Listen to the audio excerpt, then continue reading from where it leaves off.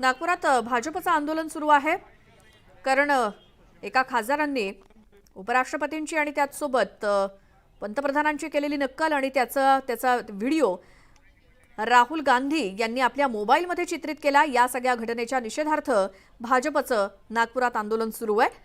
या संदर्भातली माहिती घेऊयात आमचे नागपुरातले प्रतिनिधी उदय तिमांडे यांच्याकडून. उदय,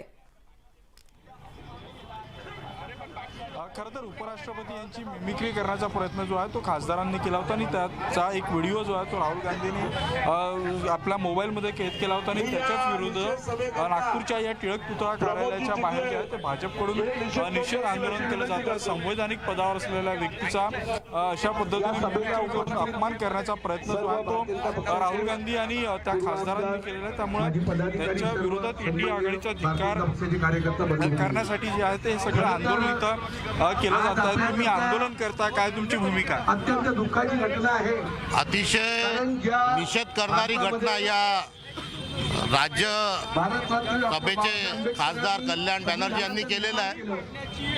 भारतीय घटनेचे शिल्पकार डॉक्टर बाबासाहेब आंबेडकरांनी तयार केलेल्या संविधानावर चालणारे पवित्र संविधानाचं मंदिर आणि त्याची गुणास्पद संविधानिक पदावर बसलेले धनखड साहेबांच्या बद्दल वाईट कृत्य यांनी बोललेलं आहे. आम्ही तीव्र भाषेत निषेध करतो. त्यांनी माफी मागावी आणि माफी मागितली नाही तर त्यांना जागा दाखवून देऊ, त्यांना घरी बसू आणि आंदोलन तीव्र करू.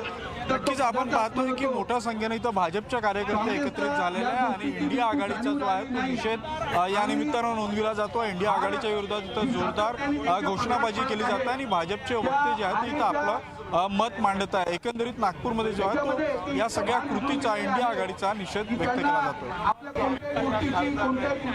जाणीव राहिली नाही, त्याच्यामुळे काँग्रेस एकीकडे असा तळाला पोचत आहे. उपराष्ट्रपती आणि पंतप्रधान यांची नक्कल केली, मिमिक्री केली आणि याच संदर्भात भाजपचं हे आंदोलन नागपुरात सध्या सुरू आहे. आता पुन्हा पाहूयात 25 मिनिटं 50 बातम्या. वाशिमच्या कारंजा मूर्तिजापूर मार्गावरील फाट्याजवळ भरधाव कंटेनरच्या केबिनला शॉर्ट सर्किटमुळे आग लागली. प्रसंगावधान राखून ड्रायव्हरनं वेळीच गाडी बाहेर उडी मारल्यामुळे कोणतीही जीवितहानी झाली नाही. लोणावळ्यात मुख्य बाजारपेठेत वाईन शॉपच्या गोडाऊनला भीषण आग लागली. या आगीत लाखोंची दारू जळून खाक झाली. सुदैवानं यात कोणतीही जीवितहानी झाली नाही. दरम्यान अग्निशमन दलाच्या जवानांनी घटनास्थळी धाव घेत आगीवरती नियंत्रण मिळवलं.